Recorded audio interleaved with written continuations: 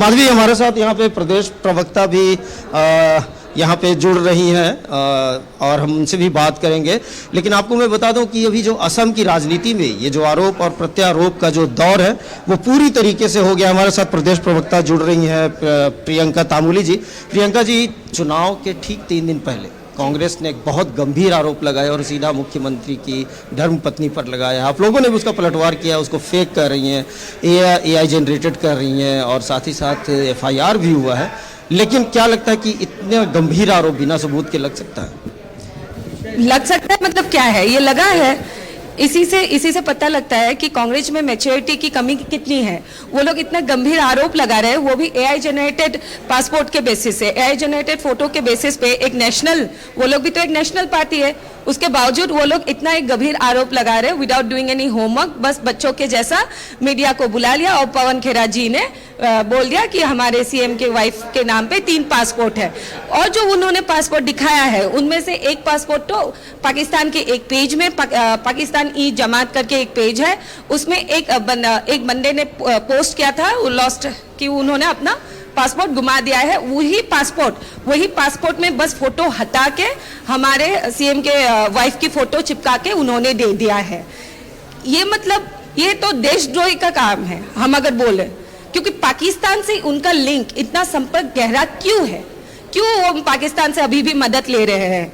और हमारे सीएम के अगेंस्ट काम करने के लिए उनको पाकिस्तान की इतनी जरूरत क्यों है।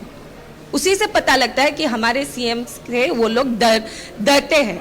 हमारे सीएम ने यहाँ पे जितना भी स्टेप्स लिया है हमारे बांग्लादेशियों के खिलाफ, और वो जो मुद्दा उठा देते हैं, जैसे गौरव गोगोई जी का भी कुछ दिन पहले पाकिस्तानी लिंक सारे मीडिया के सामने, सारी दुनिया के सामने सीएम सर ने ले आया था, तो उन सब चीजों से वो लोग बौखला गए हैं, इसीलिए ऐसे सब हरकतों पे उतर गए। लेकिन हमारे लिए शर्मनाक ये है कि हमारे आसाम के गौरव गोगोई जी भी इन सब कार्यों में लिप्त है, जबकि वो हमारे प्राक्तन मुख्यमंत्री के बेटे हैं। एटलीस्ट हमने उनसे तो एक्सपेक्ट नहीं किया था कि पॉलिटिक्स के कारण, राजनीति के कारण वो इतना नीचे गिर जाएंगे।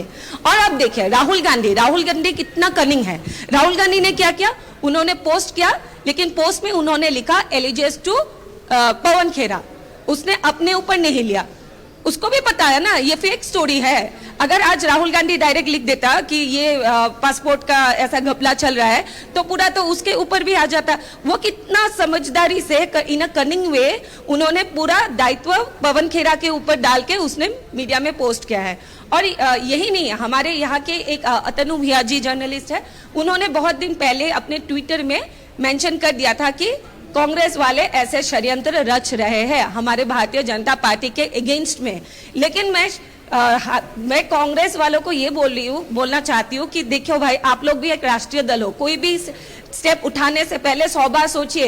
ये मजाक नहीं चल रहा है, ये बच्चों का खेल नहीं है। पवन खेड़ा जी का ये कहना है कि उनके पास प्रूफ है और 24 घंटा ले, 48 घंटा ले, 36 घंटे ले, जितना भी ले, लेकिन उन्हें जवाब देना पड़ेगा। सिर्फ ये कहने से कि फेक नहीं है। उनका कहना है कि क्या पासपोर्ट है, और अगर पासपोर्ट नहीं है तो वो बताएं, एफिडेविट दें। और साथ तो अमेरिका में शेल कंपनियां हैं, वो है या नहीं, उसकी भी एफिडेविट दें। देखिए हमारे एफआईआर तो ऑलरेडी लॉन्च कर दिया है रेनी की भूया शर्मा जी ने, और जो यूएई से, वहां से भी कंफर्मेशन आ गया है कि यूएई का जो पासपोर्ट दिखाया गया है वो फेक है। वहां से कंफर्मेशन ऑलरेडी आ गया है। और जो 48 आवर्स के अंदर हम भी स्टेप्स ले रहे हैं, एफआईआर लॉन्च किया गया है। और देखिए जो कंपनी का रजिस्ट्रेशन दिखा रहे हैं ना, वहां पे कोई भी A to Z कोई भी कंपनी रजिस्टर कर सकता है। सिर्फ रिलायंस हो, ऐसे कंपनी जिनका कॉपीराइट है, वो लोग रजिस्टर नहीं कर सकते। मैं आपके नाम पे भी एक कंपनी खोल सकती हूँ, आप मेरे नाम पे भी वहां पे एक कंपनी खोल सकते हैं। इनफैक्ट कल रात को ही हमारा गौरव एलिजाबेथ 687 करके एक कंपनी खोल दिया गया है उधर। तो ये सब पैंतरे और नहीं चलेंगे। उनको बोलना चाहिए था कि देश की भलाई कैसे होंगी, देश में जो समस्या तो है उनको कैसे सुधार करेंगे हम देश को ऊपर ले जाने के लिए, और क्या क्या कर सकते हैं, उन सब चीजों पे उनको ध्यान देनी चाहिए थी। ये सब छोटी हरकतें करने के। क्या लगता है चुनाव के ठीक 3 दिन पहले अब 9 को चुनाव है, 6 आज है, तो कुछ असर पड़ेगा, नुकसान होगा क्या बीजेपी? नहीं, नुकसान तो कांग्रेस वालों को होगा। देखिए, असम में तो कांग्रेस का कोई नामो निशान वैसे भी नहीं था। अब ये सब हरकतें करके जितना थोड़ा कुछ बचा था वो भी वो लोग खुद ही गंवा रहे हैं। हमको तो कैंपेनिंग करने की जरूरत नहीं है। आजकल तो ऐसा हो गया है कि राहुल गांधी जी, पवन खेरा जी, वो लोग हमारे लिए कैंपेनिंग कर देते हैं, क्योंकि वो लोग झूठ इतना बोल देते हैं और सारे पब्लिक को 1-2 घंटे में ही पता लग जाता है कि वो लोग झूठ इतना बोल देते हैं कि खुद। मोदी जी की जरूरत कैसे पड़ गई? पीएम का भी आज कार्यक्रम है, तमाम आपके स्टार प्रचारक आ रहे हैं, मनोज तिवारी से लेकर जेपी नड्डा से लेकर राजनाथ सिंह, तमाम, कितना नाम गिनाऊं मैं? देखिए, मैं एक बात बोलना चाह रही हूँ, मोदी जी हमारे आसाम में आ रहे हैं चुनाव प्रचार के लिए, लेकिन ये नहीं है कि सिर्फ चुनाव प्रचार के टाइम पे ही वो आ रहे हैं। हम धन्य है कि हमको ऐसा एक प्रधानमंत्री मिला है जिन्होंने अपने कार्यकाल में आपका 50 से भी ऊपर हमारे आसाम में आए और 70 बार से भी ऊपर नॉर्थ ईस्ट में आए हैं।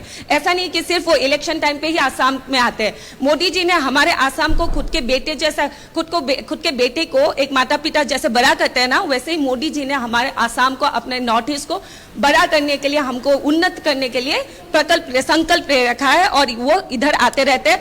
और उनका जो हमारे जो स्टार कैंपेनर्स आसाम में आ रहे हैं, उससे ही साबित होता है कि नेशनल के लिए हम आसाम कितना जरूरी स्टेट है। तो ये थी प्रियंका तामुली जी, और इनका कहना है कि प्रधानमंत्री नरेंद्र मोदी सिर्फ चुनाव के समय नहीं आते हैं, बल्कि उनका जो आने का जो सिलसिला है वो सबसे ज्यादा बार प्रधानमंत्री के तो। आज असम में के लिए बहुत महत्वपूर्ण दिन है। आज पीएम मोदी की भी 3 सभाएं होनी जा रही हैं। साथ ही साथ मुख्यमंत्री हेमंत सोरेन भी आज 2 चुनावी जनसभा को संबोधित करेंगे। बहुत बहुत धन्यवाद आपका नीलेश, हमारे साथ जुड़ने के लिए, तमाम जानकारी हमारे साथ साझा करने के लिए।